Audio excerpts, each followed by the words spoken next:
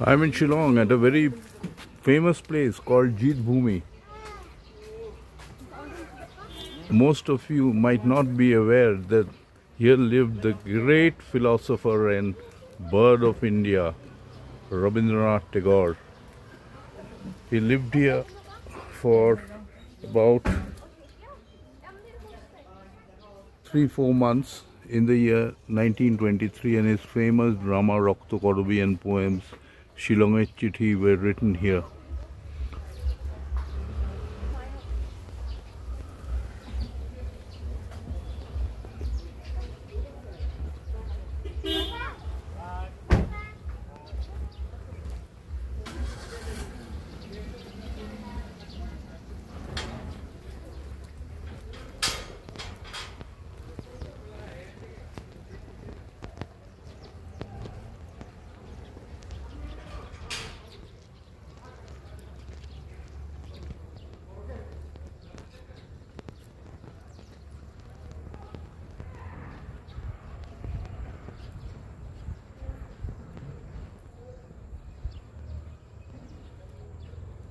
Very well maintained.